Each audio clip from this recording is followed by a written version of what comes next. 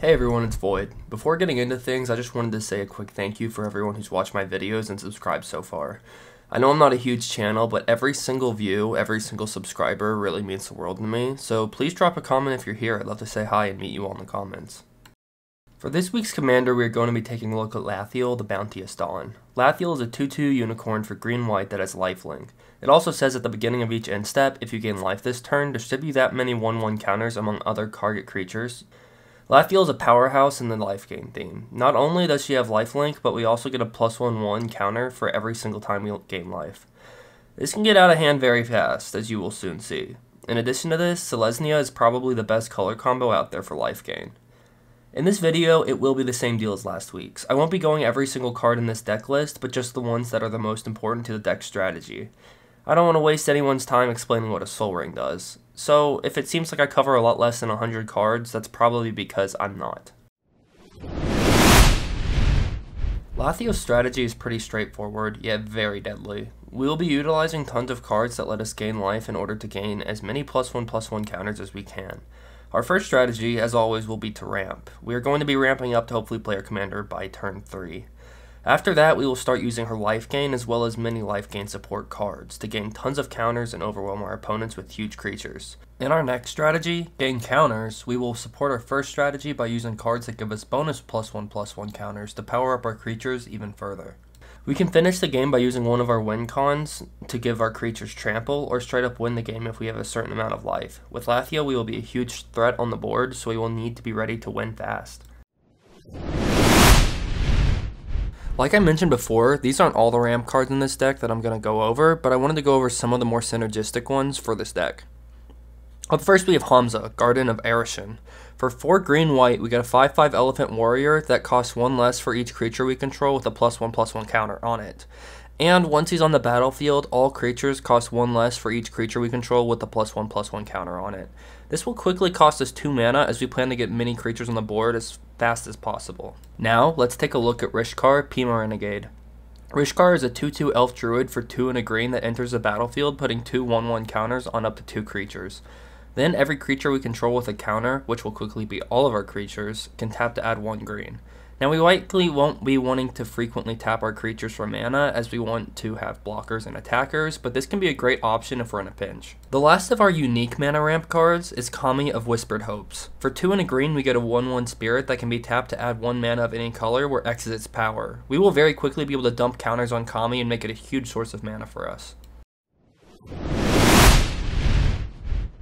Now let's get into our second strategy, Lifegain. Gaining life is the core theme of this deck, so naturally I've included many cards that help us to gain life.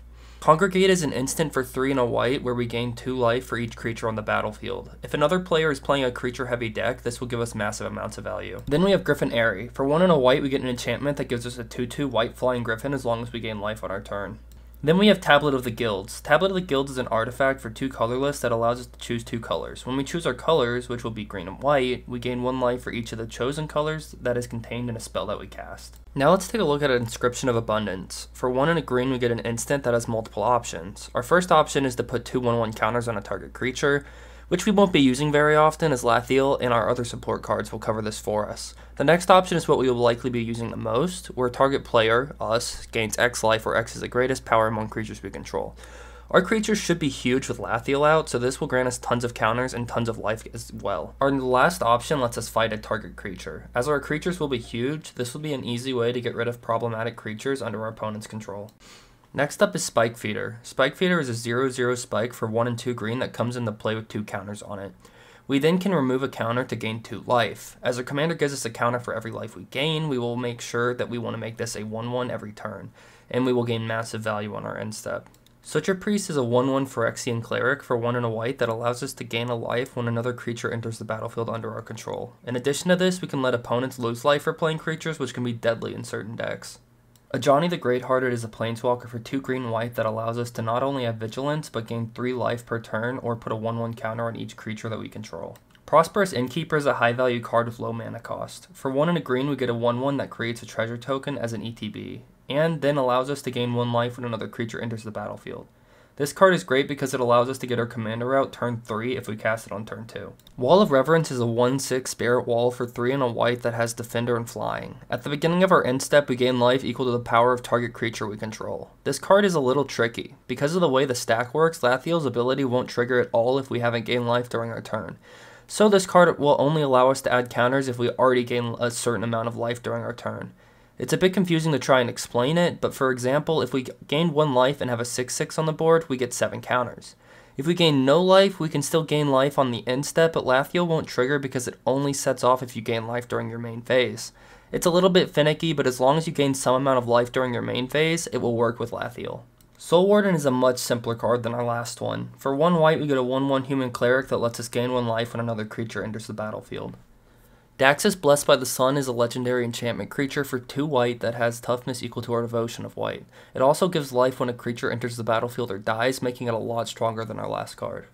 Distinguished Conjurer is a 1/2 human wizard for 1 and a white that also gives us 1 life when a creature enters the battlefield. It also has a bounce effect for 5 mana that we can use to trigger ETBs or protect from a removal, though we likely won't be needing to do that very. Tristani Celesnia's Voice is a 2/5 Dryad for 2 green and 2 white that allows us to gain life equal to creature's toughness when it enters the battlefield.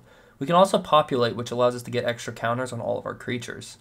Last but not least, Ajani's Welcome is an enchantment for 1 white that also lets us gain life when a creature enters the battlefield under our control.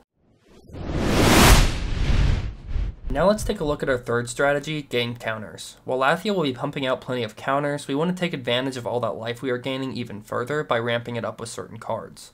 The first card on our list is Abzan Battle Priest. For 3 and 1 white, we get a 3/2 human cleric that allows us to put a counter on it for 1 white. It also has the very strong ability of giving lifelink to all of our creatures that have counter on them, which will likely be all of them. Abzan Falconer is a very similar card, for 2 and a white this time.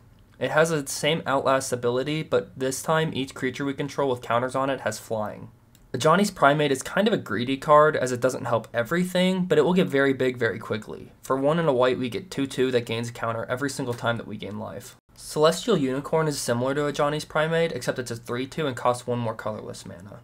Conclave Mentor is a 2/2 Centaur Cleric for green-white that says, if 1 or more 1/1 counters would be put on a creature you control, that many +1 are put on it instead.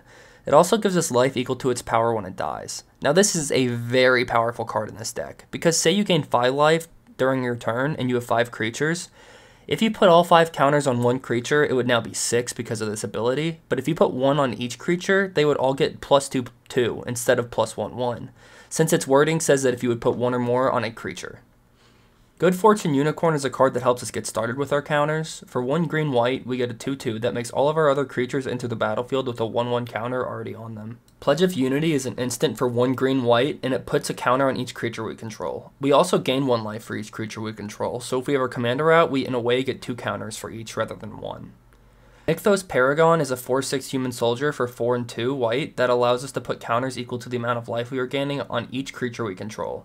We can only do this once per turn though, so make sure you do it when you're gaining the most life that you're going to that turn. Scavenging Ooze is a fun one. For 1 and a green, we get a 2/2 Ooze that allows us to pay 1 green and exile a card from a graveyard to gain 1 life and put a 1/1 counter on it.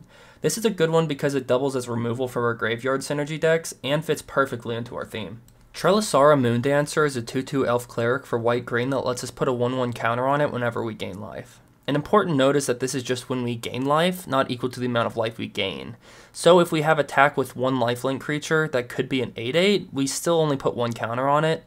It does, however, let us scry, which helps a lot with card advantage. Sunscorch Regent is a 4/3 dragon for 3 and 2 white that has flying, and whenever an opponent casts a spell, we put a 1/1 counter on it and gain 1 life. This could quickly become an absolute brute, and since we have counters on each end step with our commander, we can get extra counters on opponent's turn as well, not just on our own. And finally, we have Hardened Scales. For only 1 green, we get an enchantment that states, if 1 or more counters would be put on the creature you control, put that many on it +1 instead. The same thing goes for this as for Conclave Mentor, where we can spread out our counters to get extra ones, making this a very powerful card in our deck. Finally, let's get to our win cons. I'm sure many times we will be able to win solely on having absolutely huge creatures on our board, but on times when we don't, these cards will help us secure the win. Up first is Tuskguard Captain. This gives each of our probably massive creatures trample as long as they have a counter on them. He's also a creature himself, being 2 and a green for a 2/3 human warrior.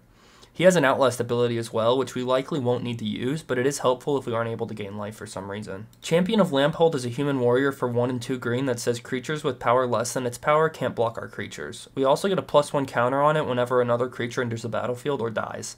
This can quickly get huge and make our creatures huge and unblockable by our opponents. Then we have Stormherd. While it's a card you admittedly don't want to draw early due to its massive mana cost, we get flyers equal to our life total, which if things are going our way will be well over our starting life total of 40.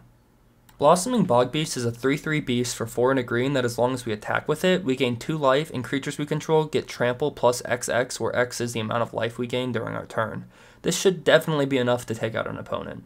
Felidar Sovereign is a 4/6 beast for 4 and 2 white that has vigilance and lifelink. It also says if we have more than 40 life, we win the game on our upkeep. This is definitely not the most flashy way to win, but in a close game it can secure our victory. Test of Endurance is my last card on this list. It's similar to Felidar Sovereign, except it's an enchantment and we have to have 50 or more life to win the game. Most of the time, by the time we can afford this, we will already have well over the threshold of 50 life. Again, not the flashiest win, but it can guarantee a win if we're in a pinch. And that will wrap up this week's deck tech. I personally play a bit higher budget version of this deck myself, and it absolutely dominates in my pod. So much so that it is kinda hated by my friends, but that's just because it's so powerful. The amount of value our commander gives us is phenomenal, and I hope you all have a blast playing this deck. If anyone builds it, please let me know how it does in the comments. I would love to hear about it, and I will try to reply to every single comment. Be sure to hit like if you enjoyed, and subscribe for weekly deck techs. Stay cool, y'all. Peace out.